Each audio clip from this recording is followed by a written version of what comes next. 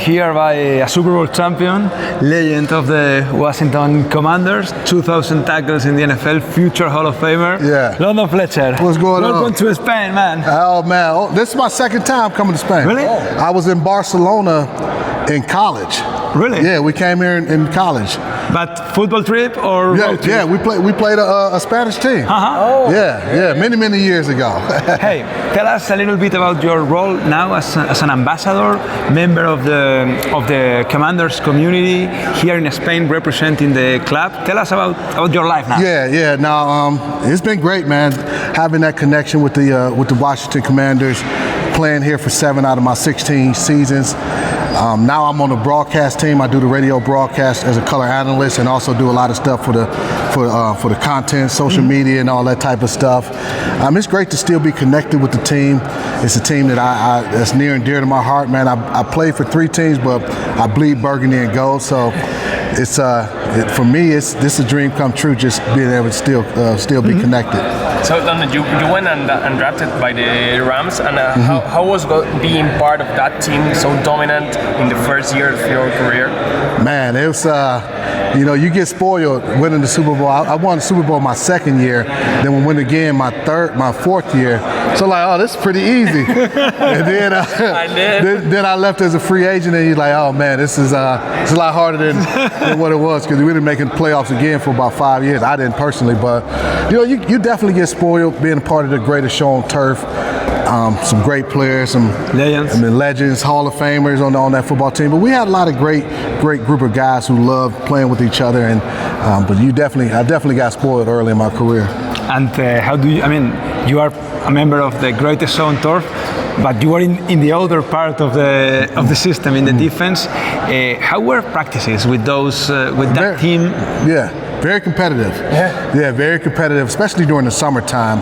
Once the season got going, you didn't kind of go against you didn't do ones-on-one starters versus starters too often, but during the summer training camp, so it's very competitive. A lot of trash talking going on, man. But you were in that preseason when Trent Green went down. Yeah. That guy, Kurt Warner, took over. The same happened this year during the season for the Commanders with their superstar quarterback going down. As a team, as a group of men, how do you react when the chief of the offense, the leader of the offense, the quarterback goes down and the next guy takes over? How's that exchange for mentally for a team? Yeah, I mean, it's tough anytime you lose your starting quarterback. For us, losing Trent Green, he was a big free agent acquisition back then, and Kurt was kind of unproven, and then he ended up having a great year being an NFL MVP. But as far as with Jaden, last year being a rookie of the year, we knew we had an extremely good backup quarterback in Marcus Mariota, who actually is like having another starting quarterback. He started some games for us already this year, and he's played well in those games. He's been a starter in the NFL. His experience, his story is a lot like Jaden's, being a number 2 overall pick, Heisman Trophy winner. So they can connect that way. And Marcus is a great individual, also an excellent football player. So you want to have Jaden out there playing, but we also feel pretty good about Marcus and what he can do as well. We were talking about the position, or your position on defense. How much has changed regarding the mobile quarterbacks? And do you think it was easier to play it back then, or it is easier to play it now? Oh no, it's definitely. I think it was easier then to play linebacker, because now the game is more spread open, spread out. A lot more game played in space. Then before, a lot of running the football, fullbacks, a lot more physical back then. But now, you got to be able to play in space, got to be able to make tackles all over the football field. The element of the running quarterback, that's another added dimension that you have to deal with as a defender.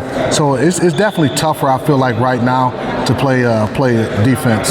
you as a linebacker, I mean, the position is kind of blooming again with new kids, with a different skill set. But I think that the position is on the right. The value of linebackers is going up in the recent years. We saw the Eagles team, they have a collection of linebackers and they added an extra one in the draft. Yeah. It's the ultimate adaptation of the defense. The linebacker, he needs to do everything. You got to do everything. Correct. See, you guys understand it. You guys get it, man. You get it better than some of the people in the States. Because as a I don't know, maybe it's like a midfielder in soccer. Or football. Exactly. You got to be able to do both. And for us as a linebacker, you got to be able to stop the run and you got to be able to defend the pass. And coverages are more complicated. The schemes. I mean, you were with a genius in Dick Vermeil, but now this Sanahans, Kingsbury here in Washington. You're challenged. They put you in a blender. You have run pass conflicts with the RPO. Is the quarterback going to hand the football off, or is he going to throw it?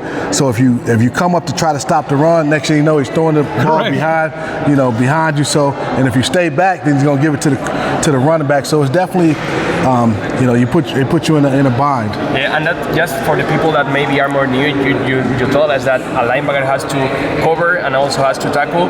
Which player do you think was the hardest to tackle in your time, and which one was the hardest to cover? Of the one, you know what? They all fall. That's what I say, man. They all fall. But I'll say this: the shiftier running backs, those are the ones that are more difficult to tackle. Yeah. So if you get a guy, especially out in space, he has a lot of the field to work with, and you got to deal with a little short, fast guy like a Christian McCaffrey, some guys like that. Jameer Gibbs. The Dolphins have a really good running back in A-Chain. So having to deal with a guy like that, I'd much rather have to tackle a big back like a Derrick Henry, Brandon Jacobs, because they're not going to move like that. Okay. But yes. I have one more on my end. It's been amazing talking to you, London, but one more. Going back to that Greatest on Turf team, it was your first year in the league. So second year. Maybe you weren't that experienced, but I wanted to know, after Trent Green went down and this guy takes over, the same could be said with Jaden. Daniel was a blue chipper, number 2 in the draft, but back in those days as a player, when did you guys realize, when did you start to talk in team meetings, outside him, in the locker room, this can ball, this court can ball? I would say when you really, Dick Vermeil felt really good about Kurt as the quarterback right away. He's like, hey man, we're going to rally around Kurt Warner, we're going to play good football. Now he was crying when he said it, but I'll say this, after first game we played the Baltimore Ravens, opening game of the season, Kurt had an outstanding game. I think he threw for over 300 yards, and I think he put a couple of those type of performance together in multiple weeks back to back, and then you start to feel pretty good about this guy and his abilities. That's all. The last level. We did the other day our Mount Rushmore of linebackers. Hold on 1 second. Can you? Of course. We did the other day our Mount Rushmore of linebackers with watch play. We didn't include you. Say that again? We didn't introduce you in our Mount Rushmore of linebackers. Okay. Yeah. Oh, you did? Oh. You didn't. Damn. We need to redo it. But can you do your Mount Rushmore of linebackers? Man, guys that I would say Mike Singletary. Yeah, he was a guy. Lawrence Taylor. Yeah, got to have those guys. We'll say Ray Lewis, and then fourth.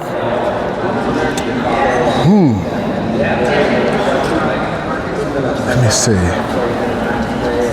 Me. Hey London, it's been amazing. Enjoy your time, Madrid. You're the man. All right, appreciate it. Hey guys, we are back here with Santana Moss. How you doing, brother? 10,000 receiving yards, 66 touchdowns. Nice to meet you, man. How you doing, man? Legend of the Washington Commanders. How are you doing here? I'm doing good, man. I'm doing good. I just kind of got here, so I'm still trying to unwind and just, You know, I'm still a little. I guess you can say a little jet lag right now. Normal. Hey man, you have the flow of a receiver. I played receiver. Okay. Not like Not at your level. Hey, Yeah. I want to go back before the NFL.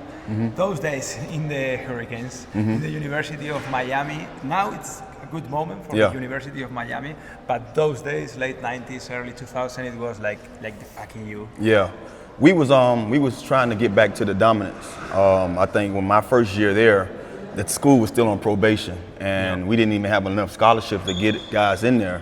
That was one of the reasons why I came in on a track scholarship. But you can see that particular class I came in on in '97. That class was the movement. That class changed it all. And I think the '96 class set the tone, and then '97 class, which was my class, that was graduating in 2001. We was like the first, I guess, freshman class at that university through all the history of the University of Miami that played that many freshmen. And we knew it. We knew like, you know, it's gonna take us a couple of years, but by the time we got to be juniors, that's when we saw ourselves, our trajectory was heading straight up. Clinton Portis was there. Portis came 2 years later, yeah. So I played with him my last 2 years. Him and Andre Johnson came in the same class. They was 2 years after me. We were thinking and talking a lot in the last couple of years about the evolution of the wide receiver position. What do you think has changed in the NFL or in college football so that wide receivers can produce almost immediately like the Justin Jefferson, Jamar Chase? I mean, that's a great question, man. That's a great question. I think one of the things that have changed or that has transformed that position is the 7-on-7 leagues. You know, so many flag football leagues now, 7-on-7. That's what kids do, and all the kids wants to be receivers now. Yeah. Back in the day when I was young, everybody wanted to be running backs. That's why you see in the NFL is running backs by committee now, because you don't. That's not a primary position that kids want to go to. Everybody plays in these 7-on-7 leagues and flag football leagues, and they are receivers. Everybody go out and, you know, catching passes. That's one thing. Fast forward, you come over to the league.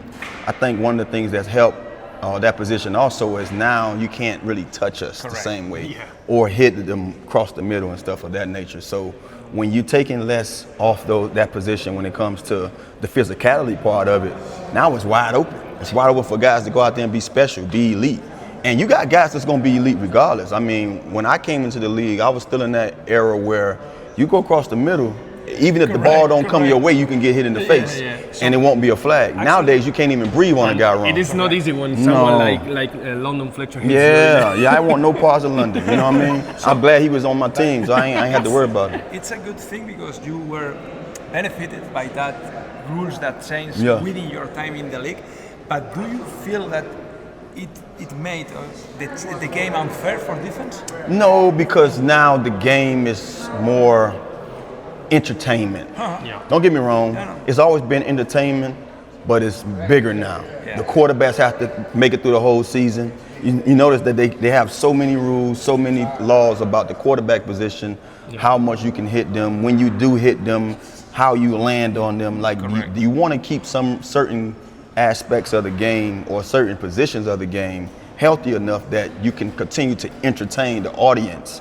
So, say for instance, if you're Joe Burrow and you're everybody in Cincinnati's like basically riding on you, making it throughout the season. When you go down, that's the fan base. You know what I mean? Now we have to go out there and do what we're doing in Cincinnati. So that's what they're trying to make sure they keep those guys upright. And I think it just opens up the whole thing when it comes to the guys who they have to bless, and that's the receivers. You want to make sure the receivers are taken care of too. So it goes hand in hand, man. I wanted to know one thing. It's about the football business, but it's about the position too. It's easier to make a longer career playing receiver than running back, and the money is trending to make more money as a receiver right now in the league. Does that factor, you think, affects the way the kids in high school or going into college select their position, especially with the second contract issues in the NFL too for a running back? Well, I'm not sure if guys are that strategic or that detailed when it comes to just knowing, okay, this position pays more, so I'm gonna play that. I think sometimes you're just gifted to play those positions. You know, you're born to be who you are. if you're a physical guy, you're gonna go over there and play defense. If you're a guy that wants to, you know, you want the crowd noise, you want to be celebrated, you're gonna go play offense and try to be that guy scoring touchdowns. And then it's about your body type. You know what I mean? Like if you're born in a more compact body type, you like, oh, I got to play running back or a slot receiver, vice versa. So I do believe all that, you know, play a part in it. But I also believe with knowing that, you know, that position is like the more popular position, you get a lot of kids that want to, you know, kind of lean to that that area. I was wondering that for the people that are starting seeing the NFL here in Spain, how much difficult is to change for our receiver from the receiver perspective? How much difficult is to change your quarterback? Because people maybe feel the passes are the same or the quarterback is the same, but how much different is to go, for example, in the commander from Jaden to Marcus, and how the receiver adapts to it, or how much time they need to adapt to it? Well, it all depends. It depends on the receiver, one, but it also depends on that particular quarterback. Me, myself, personally, I played 14 years. I had 15 plus quarterbacks. And some years I played with 3 different guys. It's totally different. You get one guy that throws fastballs. You get one guy that throws softballs. You get one guy that throws inaccurate balls. I mean, you know, vice versa. So for you, your only job is to catch it. So regardless of how it comes, you have to make the play. And it's not seen or said that that guy threw a bad ball. It's seen or said that you missed it or you dropped it. You know what I mean? So I think that's the difficult part of it. But at the same time, you're a professional, and we all know that we're pros. We got to go out there and get the job done. But it's definitely difficult. And is this more difficult to catch the pass, the process of catching the pass, or the timing of the routes with the quarterback? Both. I mean, you got some guys that, you know, I used to have a thing where if I saw my quarterback wind up and throw me the ball, he's too late. Yeah. I want to be able to come out of my route and the ball is already there. Yeah. You know what I mean? So if I'm watching you do this to me, I'm almost like, don't throw it, because I know the defensive back that I beat is only a matter of inches and seconds that he's gonna recover. So you want to make sure that that guy is basically leading you into, you know, being able to establish more yards after the catch, or just giving you catchable passes. So even if he does throw it late, you want a ball that's very catchable, so I can be able to catch and ball up and knowing I'm about to get hit. Yeah. And you spent 14 years in the league. 10,000. I mean, your stats speak by themselves.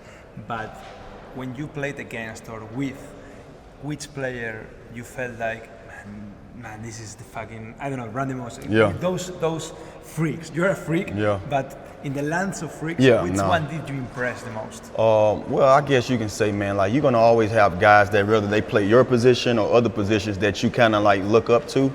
When I was young, I looked up to a lot of greats that played my position. But when I was playing, I can say Randy Moss was always one of the guys I watched, because we got the same last name, but two, he just was a different kind of breed of a receiver. Like it wasn't traditional for him. You just throw the ball up to him and he's going to come down with it and make something happen. But I also looked at other positions, you know what I mean? You had guys that like London played middle linebacker. Him and Ray Lewis was like phenomenal to me, like at that position. Like to me, I didn't feel like it was another guy better than those two playing middle linebacker. You had safeties like Sean Taylor that played with me. You know what I mean? Like when you saw both the different things. Well, he played with my brother in college. He played with me with the exactly. You know your stuff. Yeah, sure. I told them. Give me. When I started, like that. Actually, I was gonna ask. You were in the team that crushed the Colts with Chad Pennington, 41. Yeah, I scored a touchdown. I scored a touchdown that game in the playoffs. And then you played Denver. We played the Raiders the next week. Correct. The Raiders beat us. Did Chad took over during the season? So Chad was always the starter. Testaverde and him used to swap, but Chad was always the starter. In 2003, which was my third year in the league, but my second year playing, Testaverde ended up being the starter because Chad got hurt, and we didn't go to the playoffs that year, but we went to the playoffs in 01, 02, and 04, the years I was there. So out of my 4 years with the Jets, only 1 year we missed the playoffs, and that was 03. When Testaverde was the Herm Edwards. Yeah, Herm Edwards. Yeah. Right. He's on TV, right? Yeah. You played to win the game. Remember that? Yeah, the last one. Tomorrow we have another. I don't know if you have relationship with him, but you played against him. We are having a legend of the sport in Dante Hall. Okay, You Dante were a Hall. kick returner. Yeah. What do you think about the rules? The new how rule, they've yeah. changed, especially in the kickoff game? Yeah. It's like, how do you portray yourself with nowadays rules? So I'm gonna tell you like this. So the guy you're gonna talk to next, he should be a Hall of Famer. That's Brian Mitchell. He has the most yards in kick return and punt return in the NFL. He's arguably one of the best that ever done it. Also, he's second behind Jerry Rice in all-purpose yards. Now, he played kick return and punt return. I was more of a punt returner, but Dante Hall was a great punt return, kick He return. played in the Eagles in the finals. His last 2 years it I was watched him Eagles, Eagles, and the 1 year with the Giants. But he was played like he a played with specialist. yes, In straight the end. specialist. Ah, Yes, okay. yeah. So you know your stuff, man. You're very smart. But I didn't. I But didn't Dante see Hall it. was one of those guys like let me say he was like a Devin Hester. You know, he was he didn't have the same career as Devin Hester, but he was He a was high. Devin Hester before Devin Yes, Hester. yes, he was before Devin Hester. He was a highlight reel. He was a guy. He was the different type of punt return, kick returner, but he was always exciting to watch. You know, he was one of those guys that when he got the ball, he was gonna do something special with it. He's a good guy too, man. Tell him I say what's up when you talk to him. We will show you All this right, all this right. clip tomorrow. No doubt. Yeah, thank you so much, man. Thank you, It's man. been I a appreciate pleasure. it, man.